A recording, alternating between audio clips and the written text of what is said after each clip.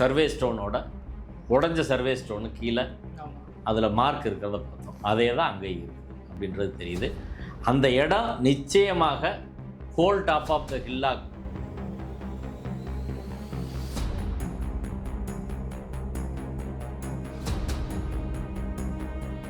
நீதிபதி ஜிஆர் சாமிநாதன் அவர் சொல்கிற மாதிரி 4-5 படியில் அப்படி போனால் போக முடியாது.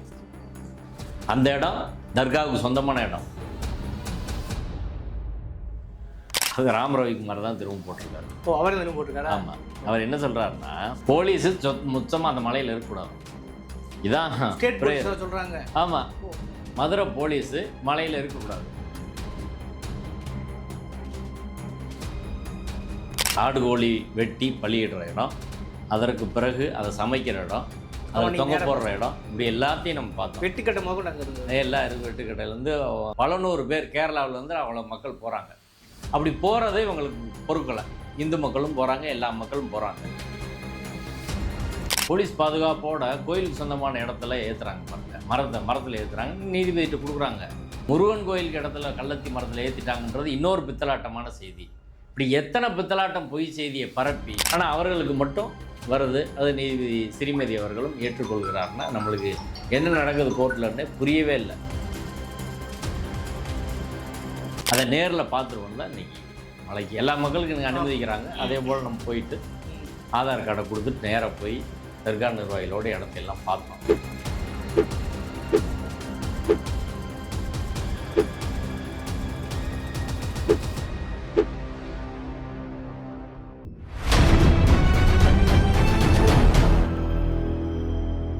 சார் வணக்கம். வணக்கம். குறிப்பாக இன்றைக்கி திடீர்னு திருப்பரங்குன்றம் மலையில் மேலே போயிருக்கீங்க. தீபத்தூன் சொல்லக்கூடிய அந்த கல்லை பார்த்துருக்கிறீங்க. அதே மாதிரி நெல்லித்தோவை பார்த்துட்ருக்கீங்க.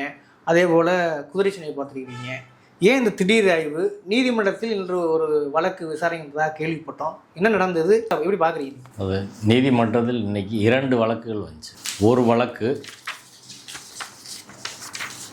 மாணிக்கமூர்த்தி அப்படின்றவர் போடுறார். அதில் தர்கா தரப்பா 5வது எதிர்மனதாக சேர்த்துருக்காரு. கோயில், ஆர்டிஓ, கமிஷனர், இன்ஸ்பெக்டர் எல்லாத்தையும் சேர்த்துருக்காரு. தேவஸ்தானம் போர்டையும் சேர்த்துருக்கிறாரு. எக்ஸிக்யூட்டிவ் ஆஃபீஸரை சேர்க்கலை, தேவஸ்தானம் போர்டை மட்டும் சேர்த்துருக்காரு.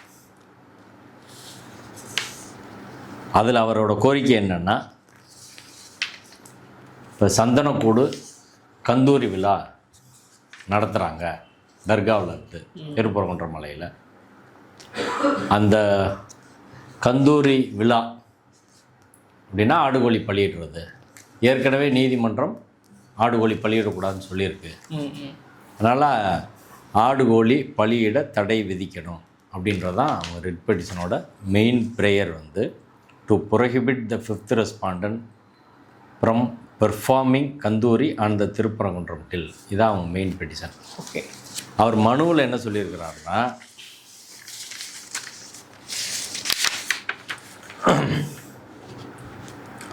கமிஷனருக்கு ஒரு மனு அனுப்பியிருக்காரு. என்றைக்கு அனுப்பினா 18/12 அனுப்பியிருக்கிறார். ஒரு தரப்பினர் திருப்பரங்குன்றம் மலை மீது கந்தூரி விழா நடத்தப்போவதாக சுவரொட்டிகள் மூலம் பிட் நோட்டீஸ் மூலம் அறிவிப்பு செய்து வருகிறார்கள். அதேபோல் திருப்பரங்குன்றம் மலை மீதுள்ள முருகப்பெருமானின் தலவிருட்சமான கள்ளத்தி மரத்தில் நிலாப்பிறை போட்ட கொடியினை கட்டியிருக்கிறார்கள். ஆகவே கந்தூரி விழா நடப்பதை தடுக்க முயற்சித்தும் முருகப்பெருமானின் தலவிருட்சமான கள்ளத்தி மரத்தில் ஏற்றி வைத்துள்ள நிலாப்பறை போட்ட கொடியை அகற்றி கள்ளத்தி மரத்தை பாதுகாத்திடவும் கோரிக்கை வச்சு போட்டிருக்காரு. இதுதான் அவங்க வழக்கு. இப்போ அந்த வழக்கை பொறுத்து இன்றைக்கி நீதிமன்றத்தில் ஆஜராகி தர்கா சார்பில் ஆஜராகி நான் எனது தரப்பு வாதங்களை சொன்னோம். முதல்ல இந்த வழக்கு விசாரணைக்கு ஏற்றது நம்பர் பண்ணதே தப்பு. ஏன்னா ஏற்கனவே ஆடுகோழி திருப்பரங்குன்றம் மலையில் பலியிடக்கூடாது, தர்காவில் பலியிடக்கூடாது என்று ஏற்கனவே இந்த வருஷம் ஆரம்பத்திலே வழக்கு போட்டு அந்த வழக்கு நீதிபதிகள் நிசாபானு ஸ்ரீமதி முன்னாடி விசாரணைக்கு வந்து அதில் நீதிபதி ஸ்ரீமதி அவர்கள் ஆடுகோழி வெட்டக்கூடாது, சிக்கந்தர் மலைன்னு கூப்பிடக்கூடாதுன்னு ஏற்கனவே உத்தரவு போட்டிருக்காங்க. அதற்கு பிறகு அந்த வழக்கு நீதிபதி நிசாபானு அதை ஏற்காதால் 3வது நீதிபதி திரு விஜயகுமாருக்கு போய் ஆடு கோழி வெட்டக்கூடாது, சிவில் கோர்ட் அணுகணும்னு சொல்லிட்டாங்க. எங்கே? திருப்பரங்குன்றம் மலை சிக்கந்தர் தர்காவில், மலையில் மட்டும்தான். இப்போ கந்தூரின்னா ஆடு கோழி வெட்டி பலியிடும் ஒரு நேர்த்திக்கடன் வழக்கம். கந்தூரி மலையில் கொடுக்கக்கூடாதுன்னு சொல்லியிருக்காங்க, தரையில் கொடுக்கக்கூடாதுன்னு எங்காலும் சொல்லியிருக்காங்களா? கந்தூரின்ற வார்த்தையை பயன்படுத்தக்கூடாதுன்னு சொல்லியிருக்காங்களா? கோரிப்பாளையம் தர்காவில் கந்தூரி நடக்குது, தரையில் தான் நடக்குது, அதுக்கு என்ன தடை இருக்கா? போல் அவங்க மண்டபத்தில் வச்சு வெட்டுவாங்க, பள்ளிவாசலில் வச்சு வெட்டுவாங்க, எங்கனாலும் அவங்க பண்ணிட்டு போகிறாங்க. அது என்ன பிரச்சனை? மலையில் ஆடு கோழி வெட்டக்கூடாதுன்றதான் நீதிமன்ற உத்தரவை தவிர கந்தூரி என்ற வார்த்தைக்கே நீதிமன்றம் தடை விதிக்கலை.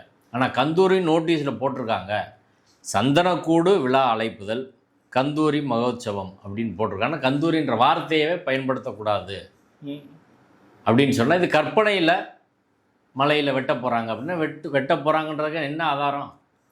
அவங்களே அப்படி ஒன்றும் அறிவிக்கலையே. காவல்துறை அதுக்கு அனுமதி தரல. சந்தனக்கூடு விழாவுக்கு மட்டும்தான் அனுமதி தந்திருக்காங்க. சந்தனக்கூடு விழா நடக்குது. சந்தனக்கூடு விழா எப்படி நடக்குது? திருப்பரங்குன்றம் கோயிலில் மற்ற விழாவில் எப்படி நடக்குதோ அதே போல் சந்தனக்கூடு விழா நடக்குது. அவ்வளோதான் விஷயம்.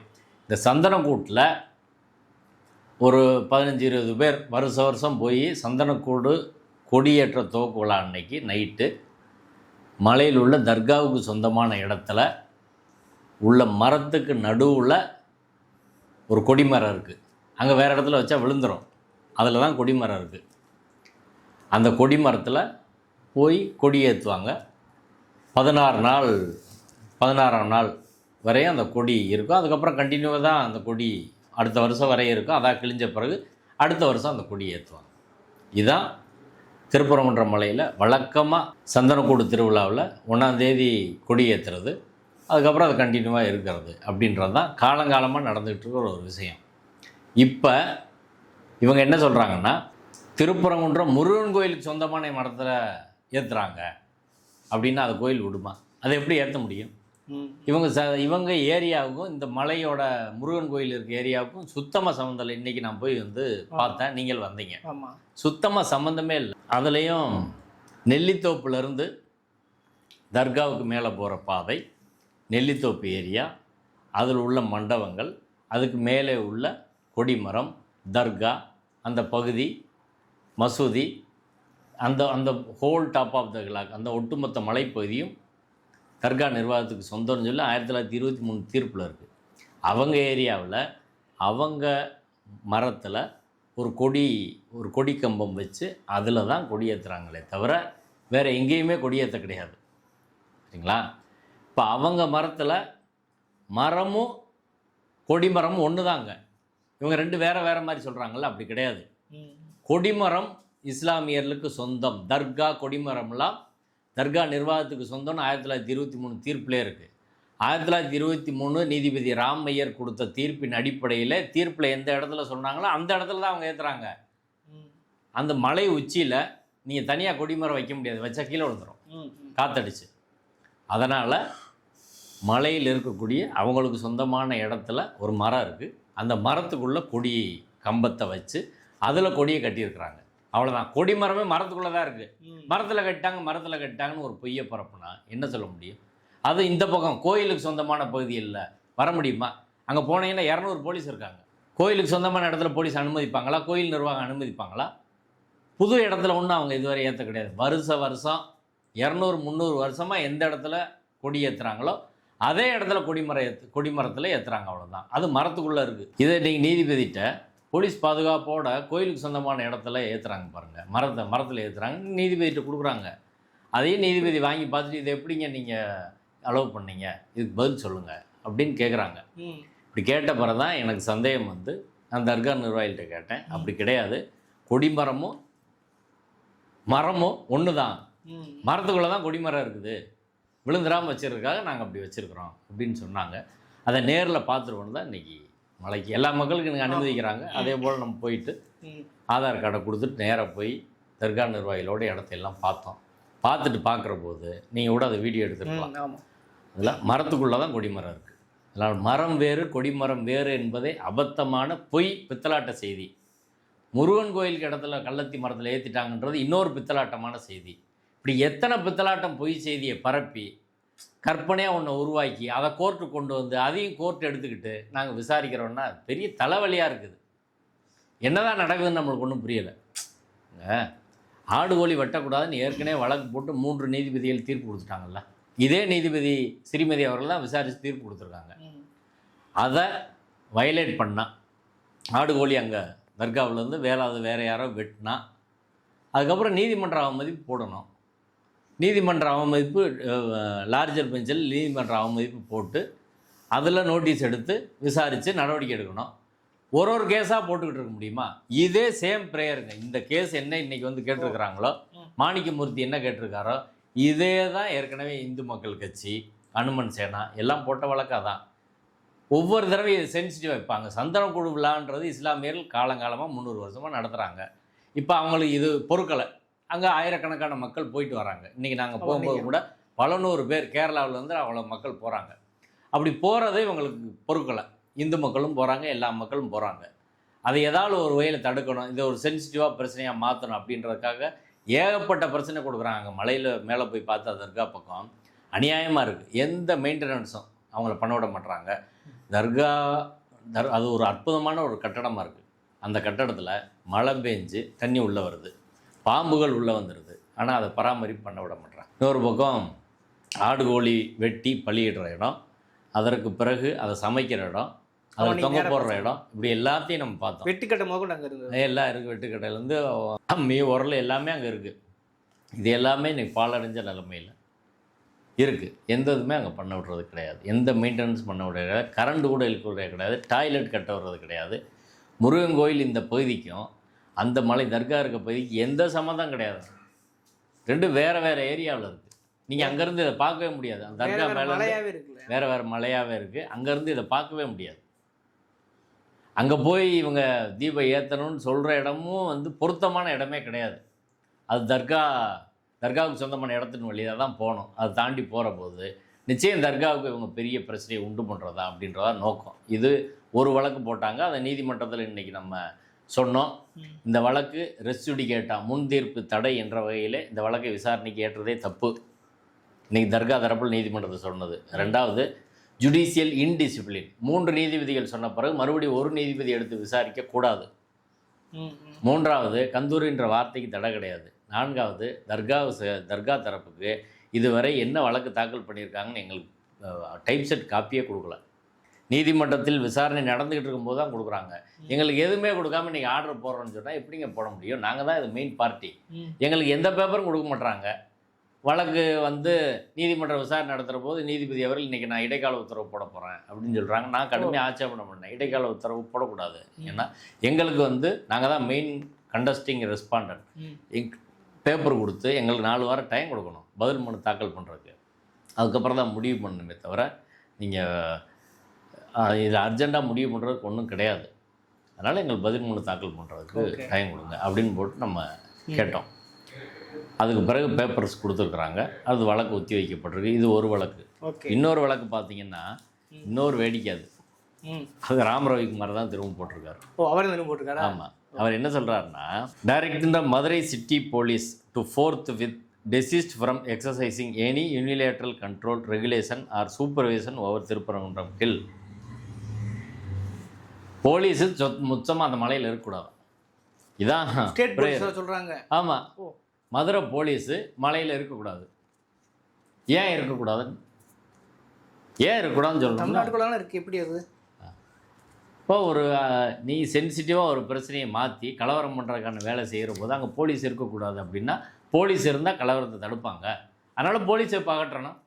எப்படி பாருங்கள், இப்படி ஒரு பிரேயர் உலகத்தில் எங்கேயாலும் போட முடியுமா? எந்த கோர்ட்லேயாலும் போட்டால் நம்பர் பண்ணுவாங்களா? எப்படி போலீஸ் இருக்கக்கூடாதான். எதுக்கு? தர்காவை இடிக்கிறதுக்கு போலீஸ் இருக்கக்கூடாது, தடையாக இருப்பாங்க. அப்போ போலீஸை ரிமூவ் பண்ணு. அப்போ யார் இருக்கணும் அங்கே? யார் அங்கே இருக்கணும்? யாரை வைக்கிறது? இப்படி ஒரு பிரேயர் போட முடியுமா? நாளைக்கு அங்கே ஒரு வன்முறை கலவரம் நடந்தால் யார் பொறுப்பு? என்ன ரீசன் சொன்னாங்கன்னா, ஏற்கனவே சிஎஸ்எஃபோட போகிற போது போலீஸ் தடுத்துட்டாங்க அப்படின்னா 144 இருந்துச்சு, போலீஸ் தடுக்கிறாங்க. இப்போ ஒரு மாநிலத்தில் லேண்ட் ஆர்டருக்கு பொறுப்பு யார்? பப்ளிக் ஆர்டருக்கு பொறுப்பு யார்? போலீஸ்னு ஒன்றே ஸ்டேட்டில் தான் இருக்குது. சென்ட்ரல் கவர்மெண்ட்டுக்குன்னு தனியாக அப்படி போலீஸ் ஃபோர்ஸ் வச்சு லேண்ட் ஆர்டரை மெயின்டைன் பண்ணுறாங்களா? இப்படியெல்லாம் ஒரு ப்ரேயர் போட்டு இதையெல்லாம் கோர்ட்டில் நம்பர் பண்ணி விசாரணைக்கு எடுத்தால் இந்த நீதிமன்றம் எதுக்குன்னு எனக்கு புரியல. ஓகே. ரெண்டாவது தேவஸ்தானத்துக்கு டைரக்ஷன், அந்த மலையோட அடிவாரம், போகிற வழி, நெல்லித்தோப்பு, முன்னாடி உள்ள பாதை, பின்னாடி சைடில் உள்ள பாதை எல்லாத்தையும் வந்து சிவில் கோர்ட்டு டிகிரிப்படி இவங்க கோயில் கண்ட்ரோல் எடுக்கணுமா. இப்போ கண்ட்ரோல் இல்லாமையா இருக்குது. இதில் பாருங்கள், நெல்லித்தோப்பை கண்ட்ரோல் எடுக்கணுமா. ஓ. Resume its exclusive lawful control over the hill including foot hills, pathways, Nellithoppu எல்லாம் சொல்கிறாங்க. நெல்லித்தோப்பு யாருக்கு சொந்தம்னு கேஸில் இருக்குது. சிவில் கோர்ட் டிகிரி படின்னு சொல்கிறாங்க பாருங்கள். நெல்லித்தோப்பு யாருக்கு சொந்தம் மிக தெளிவாக தீர்ப்பில் இருக்குது. 1923 தீர்ப்பு படி தான் சொல்கிறாங்க. ஒரு தீர்ப்பையே இப்படி பொய்யா நீதிமன்றத்தில் சொல்ல முடியும்னா அது சங் பரிவார அமைப்பு ஆட்கள் மட்டும்தான் முடியும். ஓ. தீர்ப்பில் மிக தெளிவாக இருக்குது. The Mohammedan defendants 3-5 and 7-13 are owners and are in possession of the Nellithoppu with all that it contains. Nellithoppu அதில் இருக்க எல்லாம், அங்கே சமாதி எல்லாம் இருக்குது, மண்டபங்கள்லாம் இருக்குது. இதெல்லாம் வந்து இஸ்லாமியர்களுக்கு சொந்தம். The flight of steps mention above the new mandapam and the whole of the top of the hillock on which the mosque and the flag staff stand. மசூதி, தர்கா, நெல்லித்தோப்பு அதில் இருக்க எல்லாமே, புது மண்டபம், அங்கே உள்ள கொடிமரம் எல்லாமே இஸ்லாமியர்களுக்கு சொந்தம். தர்கா நிர்வாகத்துக்கு சொந்தம். கிளியராக இருக்கா? இப்போ நெல்லித்தோப்பை கோயில் பொசிஷன் எடுக்கணும்னா என்ன அர்த்தம்? இப்போ இவங்க சொல்கிறாங்கல்ல, ஒரு கிரானைட் தூண் அல்லது சர்வே தூண், தீபத்தூண்னு, அந்த தூணுக்கு போகிறதுக்கு நெல்லித்தோப்புலேருந்து தர்காவோட ஒரு 200 படியில் வந்து பயன்படுத்தினா தான் போக முடியும். ஓ. இதுவே ஜிஆர் சாமிநாதன் அவர் சொல்கிற மாதிரி 4-5 படியில் அப்படி போனால் போக முடியாது. அந்த இடம் தர்காவுக்கு சொந்தமான இடம். ஒரு புறம் கொடிமரம், இன்னொரு புறம் தர்கா, 2 கடையில் தான் அது இருக்குது. ஆமாம். அது தர்காவுக்கு முழுக்க சொந்தமான இடம். இப்போ அந்த இடத்துல போய் நீங்கள் ஏற்றுங்க, கார்த்திகை தீபம் ஏற்றுங்க, அதுக்கு தர்கா சொந்தமான படியையும் பயன்படுத்துங்கன்னு ஒரு நீதிபதி சொல்கிறார். இப்போ நெல்லித்தோப்பு வழியாக தான் போகணும். நெல்லித்தோப்பு இஸ்லாமியர்களுக்கு சொந்தம்னு தீர்ப்பு இருக்குது. சரிங்களா? அது இல்லாமல் வேறு எந்த வழியும் போகவே முடியாது, வேறு பாதையே கிடையாது. இப்போ நெல்லித்தோப்பு இஸ்லாமியருக்கு சொந்தம்னு சொல்லியிருக்கிற போது 1923 தீர்ப்பையே திரித்து பொய்யாக திட்டமிட்டு நெல்லித்தோப்பை கோயில் எடுக்கணும் அப்படின்னா இது எவ்வளோ பெரிய பிரச்சனையை உருவாக்குறது. ஒரு நீதிமன்ற தீர்ப்பை திரித்து பொய் சொல்லலாமா? அதான் அவங்க ராமரவிக்குமார் பெட்டிஷனில். அடுத்து, restraining the police from acting in excess of their statutory powers and from enabling or facilitating religious or quasi-religious activities of third parties on Devasthanam property. எப்படி தேவஸ்தான சொத்தை பாதுகாக்கணுமா? ஆனால் அந்த மலையில் தேவஸ்தானுக்கு சொந்தமான இடத்துல 3ஆம் நபர்கள், அதாவது என்ன அர்த்தம்னா சங் பரிவார அமைப்பை சேர்ந்தவர்கள் அங்கே என்ன நடவடிக்கைனாலும் செய்கிறதுக்கு போலீஸ் தடுக்கக்கூடாது. அப்படியே சொல்லியிருக்காங்க. அப்படி தான் இருக்குது. Restraining the police from acting in excess of their statutory power. Statutory பவரை மீறி பண்ண முடியாதுன்னா ஸ்டாச்சுட்டரி பவர் தான் அது. And from enabling or facilitating religious or quasi religious activities of the third parties. 3ஆம் நபர்கள் அங்கே பண்ணுறதுக்கு, தேவஸ்தானம் ப்ராப்பர்ட்டியில் பண்ணுறதுக்கு போலீஸ் ஒன்றும் தடுக்கக்கூடாது அப்படின்றது தான் அடுத்து. அடுத்து தேவஸ்தானம் வந்து அதுக்கு போகிற மலைக்கு போகிற வழி எல்லாத்தையும் கண்ட்ரோல் எடுக்கணும் அப்படின்றாங்க. இதில் ஒரு பொய்யை திரும்ப திரும்ப அவங்க சொல்கிறாங்க. மலை அடிவாரத்திலிருந்து நெல்லித்தோப்பு வரை செல்லக்கூடிய பாதை கோயிலுக்கு மட்டும்தான் சொந்தம் அப்படின்னு தொடர்ந்து சொல்லிட்டு இருக்காங்க. நீங்களும் போய் ஆய்வு பண்ணீங்க, அதை எப்படி பார்த்துருக்க புரிஞ்சுக்கணும்ல. ஆமாம். இப்போ 1923 தீர்ப்பில் அதற்கான விடை இருக்குது. 1923 தீர்ப்பை தெளிவாக படித்து புரிஞ்சுக்கணும். ஜட்ஜ்மெண்ட்டே ஒழுங்காக படிக்கிறது இல்லை. கோர்ட்டில் வந்து என்னத்தையாலும் ஒன்று சொல்கிறது, அப்படி தான் நடக்குது. ஆக்சுவலாக அந்த கேஸு மாஸ்க்கு, பள்ளிவாசல், அங்கே உள்ள தர்கா இதெல்லாம் வந்து இஸ்லாமியர்களுக்கு சொந்தமானது அப்படின்றது எந்த பிரச்சனையும் கிடையாது. அதுக்கு போகிற பாதை அதெல்லாம் இஸ்லாமியர்களுக்கு உரிமை உண்டுன்றது எந்த பிரச்சனையும் கிடையாது. நெல்லித்தோப்பு பகுதிக்கு தான் கோயில் நிர்வாகம் எங்களுக்கு சொந்தம் அப்படின்னு சொல்கிறாங்க. அதுக்கு தான் கேஸ் நடக்குது. அந்த கேஸில் கோயில் நிர்வாகம் தோற்றுறது, தர்கா நிர்வாகத்துக்கு நெல்லித்தோப்பு சொந்தம் அப்படின்னு சொல்லிடுறாங்க. இந்த போகிற பாதை சம்மந்தமாக போகிற பாதை கோயிலுக்கு தான் சொந்தம் அப்படின்னு சொல்கிறாங்கல்ல, அதில் இஸ்லாமியர்களுக்கான என்ன உரிமைன்னு சொல்லி தீர்ப்பில் சொல்லியிருக்கிறாங்க. 1923 தீர்ப்பை வச்சு தான் சொல்கிறாங்க. அந்த தீர்ப்பில் பேரா நம்பர் 15 கடைசி 6வது line, the plaintiff concedes that. பிளைன்டிஃப்னா கோயிலோட தேவஸ்தானம். அவர்கள் ஒப்புக்கொள்கிறார்கள், ஏற்றுக்கொள்கிறார்கள். என்னென்னா, the Mohammedans have acquired title to the mosque. இஸ்லாமியர்களுக்கு அங்குள்ள மசூதி இஸ்லாமியர்களுக்கு சொந்தமானது என்பதை கோயில் நிர்வாகம் ஏற்றுக்கொள்கிறது. And also the right to go to the mosque. அந்த மசூதிக்கு அங்கே உள்ள தர்காவுக்கு போகும் உரிமையும் இஸ்லாமியர்களுக்கு உண்டு என்பதை கோயில் ஏற்றுக்கிறது அப்படின்னு பேரா 15லே சொல்லிட்டாங்க. இதை அவர்கள் மறுக்கலை. இது பிரிவு கவுன்சில் பிறகு கன்ஃபார்ம் ஆயிடுச்சு. இப்போ மசூதி, தர்கா, அதுக்கு போகிற பாதைக்கான இஸ்லாமியல் உரிமை எல்லாமே மிக தெளிவாக 1923 தீர்ப்பில் இருக்குது. இதை மறைச்சிட்டு இதில் இவங்க இஸ்லாமியர்களுக்கு உரிமையே இல்லை போல அப்படின்னு பேசுறது இருக்குல்ல, சொல்கிறாங்களே இஸ்லாமியருக்கு உரிமை இல்லை. அப்போ தீர்ப்பில் சொல்லியிருக்கிறது என்ன? பேரா நம்பர் 15 படிங்க. இப்போ தீர்ப்பையே ஒரு பொய்யாக்க முடியுமான்னா சங் பரிவார் அமைப்பின் வழக்கறிஞர்களால், சங் பரிவார் கூட்டத்தால் மட்டும்தான் அது முடியும். எனவே இந்த தொடர்ந்திருக்கப்பட்ட இந்த வழக்குகள் எல்லாமே மறுபடியும் தொடர்ச்சியாக அங்கே ஒரு பதட்டத்தை உருவாக்கி வச்சுருக்கணும். ஸ்டேட்டுக்கு நெருக்கடி கொடுக்கணும், இஸ்லாமியர்களுக்கு நெருக்கடி கொடுக்கணும், தமிழ்நாட்டில் இது ஒரு பேசும் பொருளாக வச்சுருக்கணும் என்ற அடிப்படையில் தான் இந்த வழக்குகள் தொடுக்கப்படுகிறது. அதற்கு நீதிமன்றம் பலியாகிறது அப்படின்றதான் வருத்தத்துக்குரிய விஷயம். இப்படி பிரேயர் நம்மளாம் போட்டால் நம்பரே பண்ண மாட்டாங்க. ஆனால் சங் பரிவார அமைப்பின் வழக்கறிஞர் ராம ரவிக்குமார்லேருந்து தட்சிணாமூர்த்தியா, இப்படி மாணிக்க மூர்த்தி, இவங்கெல்லாம் என்ன போட்டாலும் நம்பராகுது. அந்த அதிசயம் தான் நம்மளுக்கு தெரியலை. என்ன போட்டாலும் எப்படி தான் நம்பராகுதுன்னு எங்களுக்கு தெரியலை. ஏற்கனவே போட்டு இப்போ தான் தீர்ப்பு வந்திருக்கு. அதே பிரேயரை வச்சு, அதே கோரிக்கை வச்சு இன்னொரு வழக்கு அதையே சொல்லி போடுறாங்க. எங்கதுன்னா 100 தடவை ரிட்டர்ன் போட்டுருவாங்க, கேட்டு மெயின்டெனபிலிட்டி போடுறம்பாங்க. ஆனால் அவர்களுக்கு மட்டும் வருது. அது நீதிபதி ஸ்ரீமதி அவர்களும் ஏற்றுக்கொள்கிறாருன்னா நம்மளுக்கு என்ன நடக்குது கோர்ட்லன்னு புரியவே இல்லை. எல்லாருக்கும் இது போல் எந்த இது போட்டாலும் நம்பர் பண்ணுங்கன்னு சொல்லிட்டா நல்லாயிருக்கும். சங் பரிவார அமைப்பை சேர்ந்தவங்க எது போட்டாலும் நம்பர் ஆயிடுது. காலையில் மென்ஷன் பண்ணால் 215க்கு வந்துடுது. எல்லாருக்கும் அதவே அனுமதிச்சாங்கன்னா நல்லாயிருக்கும். இப்போ மொத்தத்தில் காவல்துறை அங்கே இருக்கக்கூடாது அப்படின்றது சொல்கிறது ஒரு மிகப்பெரிய சதி செயலாக இருக்கிறது. இந்த பாதையை குறிவிக்கிறது இஸ்லாமியர்கள் அங்கே போகிறதுக்கு தடுப்பதற்கான ஒரு வேலையாக தெரியுது. 3ஆம் நபர் அங்கே அனுமதிக்கணும் அப்படின்னு சொல்கிறது தர்காவை இடிப்பதற்கான ஒரு வேலை திட்டமாகத்தான் தெரியுது. இந்த அரசியல் திட்டத்திற்கு தமிழ்நாடு அரசும், காவல்துறையும், இந்து சமய அறநிலையத்துறையும், நீதிமன்றமும் பலியாகக்கூடாது என்பது தான் நம்முடைய நோக்கம். இப்போ நேராக அங்கே நீங்கள் போயிருக்கீங்க இல்லையா? உதாரணத்துக்கு இந்த தீபத்துன்னு சொல்லப்படுகிற சர்வே தூணை பார்த்துருக்கீங்க, குதிரை சுனையை பார்த்துருக்கீங்க. அங்கே நீங்கள் பார்த்த உண்மை ஆய்வில் கண்டிருந்த உண்மைகள் என்ன? அதாவது அர்ஜுன் சம்பத் ஒரு பொய் சொன்னார். நெல்லித்தோப்பில் இப்போ தான் புதுசாக புதைச்சி ஆக்கிரமிக்க முயற்சி பண்ணுறாங்கன்னு அங்கே போய் நாங்கள் பார்த்தோம். அங்கே கிட்டத்தட்ட 9 சமாதிகள் இருக்குது. அதெல்லாம் 200 வருஷத்துக்கு முந்தின சமாதிகள்.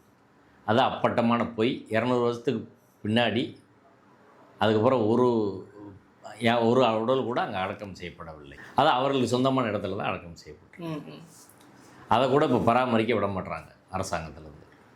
2வது, நெல்லித்தோப்புலேருந்து கீழே போகிற பாதை, அடிவாரத்துலேருந்து நெல்லித்தோப்பு வரை பாதை இஸ்லாமியர்களுக்கான அதில் பாத்தியதை அவர்களுக்கு உண்டு. அந்த அடிப்படையில் அதில் ஏறி போகிறாங்க. அதில் ஒரு லைட்டு கூட இதுவரை போட விட மாட்டாங்க. இரவுல இறங்கி வர முடியல. அதுக்கப்புறம் கொரோனாவுக்கு பிறகு அங்கே ஒரு தர்கா மட்டில் பள்ளிவாசல் இருக்குது. அந்த பள்ளிவாசலில் 2021 கொரோனாவுக்கு பிறகு யாரும் தங்க விட மாட்டேங்கிட்டாங்க. அதனால் இரவு தொழுகை, அதிகாலை தொழுகைலாம் பண்ண முடியாமல் அதை பூட்டியாக வச்சுருக்கிறாங்க. அதுக்கப்புறம் நம்ம நெல்லித்தோப்பு பகுதியை பார்த்தா அங்கே ஒரு மண்டபம் எல்லாம் இருக்குது. நெல்லித்தோப்புலேருந்து ஏறி போனால் ஒரு 200 படிகள் ஏறி போனால் தர்காவுக்கு திரும்புகிற பாதையும், அதிலிருந்து கொடிமரத்துக்கு போகிற பாதை, இந்த 2 வருது. இப்படி போய் நெல்லித்தோப்பு இங்கே இருக்குது. நெல்லித்தோப்புலேருந்து இடது பக்கம் அப்படி போனால் தர்காவுக்கு மேலே போகலாம், வலது பக்கம் அப்படி போனால் கொடிமரம் போகலாம். இந்த தர்காவும் கொடிமரமும் இவங்களுக்கு சொந்தம்னு சொல்லிட்டாங்க. இது 2க்கு இடையில தான், இந்த 2க்கும் இடையிலான ஒரு இடத்துல தான் இந்த இவர்கள் சொல்லக்கூடிய சர்வே ஸ்டோன், தீபத்தூண் அல்லது கிரானைட் ஸ்டோன்ன்றது இருக்குது. அது மலையோட அந்த கடைசி எட்ஜில் இருக்குது. அங்கெல்லாம் யாரும் போகவே முடியாது. இந்த பாதையை பயன்படுத்தாமல், தர்காவுக்கு சொந்தமான பாதைகளை பயன்படுத்தாமல் அந்த இடத்துக்கு போகவே முடியாது. அது தர்காவுக்கு ரொம்ப பக்கத்தில் தான் அது போகும். அவர்கள் கொடிமரத்துக்கு பக்கத்தில் இருக்கு. நாங்கள் அங்கே போய் பார்க்கும்போது இன்னொரு சர்வே ஸ்டோனோட உடஞ்ச சர்வே ஸ்டோனு கீழே ஆமாம், அதில் மார்க் இருக்கிறத பார்த்தோம். அதே தான் அங்கேயும் இருக்குது அப்படின்றது தெரியுது. அந்த இடம் நிச்சயமாக whole top of the hillock, மொத்த மலைப்பகுதி, தர்கா அமைந்திருக்கிற மொத்த மலைப்பகுதியும், தர்கா கொடிமரம் இருக்கிற மொத்த மலைப்பகுதியும் தர்கா நிர்வாகத்துக்கு சொந்தம்னு சொன்னால் அந்த இடம் கிளியராக 100% தர்கா நிர்வாகத்துக்கு சொந்தன்றது பார்க்குற போதே தெரியும். அங்கே போய் அப்படி ஏற்றவும் முடியாது. அங்கே போய் அங்கே நின்று இது பண்ணாலே கீழே விழுந்துடணும். அப்படி தான் அந்த இடம் இருக்குது. ரெண்டாவது, மலைக்கும் முருகன் கோயிலுக்கும் மலைக்கு முருகனோட கருவறைக்கும் இதுக்கு எந்த தொடர்பும் கிடையாது. இங்கேருந்து அதை பார்த்தா தெரியவே தெரியாது. அங்கேருந்து கோயிலே தெரியாது. இப்போ நாங்கள் போகிற வழியில் பார்க்குறோம், அங்கே கோயிலோட கருவறைக்கு மேலே இருக்கக்கூடிய மலை உச்சி, அதான் உச்சி பிள்ளையார் கோயில் தீபத்தூண், அது மிக தெளிவாக சரியாக இருக்குது. அந்த இடத்துல ஏற்றுறது தான் பொருத்தமாக இருக்கும். யார் வேணாலும் போய் பாருங்கள், நீதிபதி கூட பாருங்கள். அங்கே பார்க்குற எல்லாருக்குமே தெரியும் அந்த மலை, அதுக்கு மேலே உள்ள தர்கா எல்லாமே ஒரு அற்புதமான ஒரு இடமா இருக்குது. அதை நல்லா பராமரித்தா தமிழ்நாட்டிலே ஒரு சிறந்த வரலாற்று சிறப்புமிக்க சுற்றுலாத்தலமாக அந்த இடம் இருக்கும். ஆனால் அவங்களுக்கு கரண்ட் இல்லை, தண்ணி இல்லை, டாய்லெட் இல்லை, எதுவுமே பண்ண விடாமல் அது இயல்பாக இடிஞ்சு விழுகிறத நோக்கி கொண்டு போகிறாங்க. போலீஸ் மட்டும் முழுக்க அங்கே போட்டிருக்கிறாங்க. இப்படி தான் அந்த மலை பாதுகாப்பு வளையத்துக்குள்ளே இருக்குது. குறிப்பாக அந்த இடங்களில் பல இடங்களில் தீபத்தூண் ஏற்ற சொல்வதாக சொன்னாங்க இல்லையா? அது நீங்கள் பார்த்தீங்க? நான் பார்த்ததில் இப்போ போய் கோயிலுக்கு நேராக இருக்கிற இடம் பொருத்தமான இடமா இருக்குது. நம்ம பார்த்தோம் உச்சி பிள்ளையார் கோயில். கல்வெட்டுலாம் அங்கே இருக்கிறது. ஆமாம், கல்வெட்டு, அனுமார் சிலையெல்லாம் அங்கே தான் இருக்குது. அதுக்கப்புறம் போகிற வழியிலேருந்து பார்த்தா குதிரை சுனைன்னு ஒரு இடம் சொல்கிறான். அது காசி விஸ்வநாத கோயிலுக்கு அந்த பக்கத்தில் இருக்குது. அந்த குதிரை சுனை திட்டு அப்படின்றது ஒரு வழக்கில் சொல்லப்பட்ட ஒரு இடம். அதுக்கப்புறம் இந்து முன்னணி ராமகோபாலன் அவர்கள் காசி விஸ்வநாதர் கோயில் பக்கத்தில் இருக்கக்கூடிய ஒரு தூணை சொல்கிறாரு. அந்த தூண் எங்கே இருக்குன்னு நாங்கள் தேடி பார்த்தோம், காணோம். ஆனால் காசி விஸ்வநாதர் கோயில் பக்கத்தில் இருக்குன்னு இந்து முன்னணி ராமகோபாலன் அவர்கள் நீதிமன்றத்தில் சொல்லியிருக்காரு. இப்போ உச்சி பிள்ளையார் கோயில் குதிரை சுனை திட்டு பக்கத்தில் அந்த இடத்தையே மார்க் பண்ணியிருக்காங்க. குதிரை சுனை திட்டு பக்கத்தில் இடத்தையே மார்க் பண்ணியிருக்கிறாங்க. அதுக்கப்புறம் காசி விஸ்வநாதர் கோயில் இருக்கிற கோயில் பக்கத்தில் ராமகோபாலன் அவர்கள் சொல்கிறாரு, அந்த இடம் வேறு பகுதியில் இருக்குது.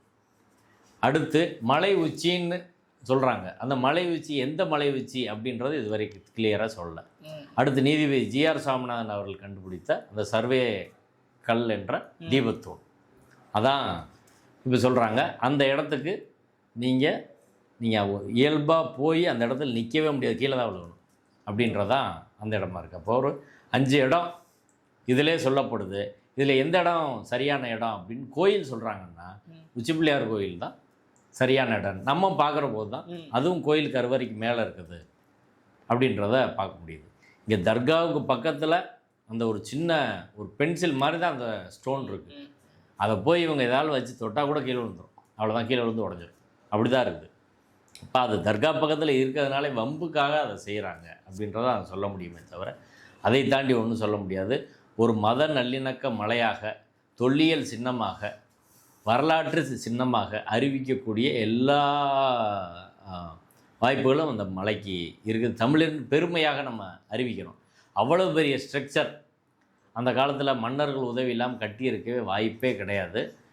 அதுக்கப்புறம் நாயக்கர் காலத்துக்கு முன்னாடியே அதெல்லாம் கட்டியிருக்கிறாங்க. நாயக்கர் காலத்துலேயும் அவர்கள் அதுக்கு பராமரிச்சிருக்காங்க, அதோட முக்கியத்துவம் கருதி.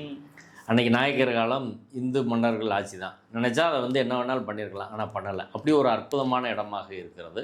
அதனால் அது திருப்பரங்குன்ற மலை மத நல்லிணக்க மலையாக, ஒரு தொல்லியல் சின்னமாக, வரலாற்று சின்னமாக இருக்கணும் அப்படின்னா அதை முறையாக அரசு பராமரிக்கிறதுக்கு அனுமதிக்கணும் அப்படின்றதான் அது தமிழர்களோட சொத்து அப்படின்னு தான் நான் அதை பார்க்குறேன். எல்லா தமிழர்களும் அங்கே போய் பாருங்கள், நீதிபதிகள் அங்கே போய் பாருங்கள். பார்த்த பிறகு இந்த தர்காவை நெருக்கடி பண்ணுறதுக்கு நம்ம அனுமதிக்கலாமா அப்படின்னு நம்ம முடிவுக்கு வரலாம். நன்றி சார். நன்றி.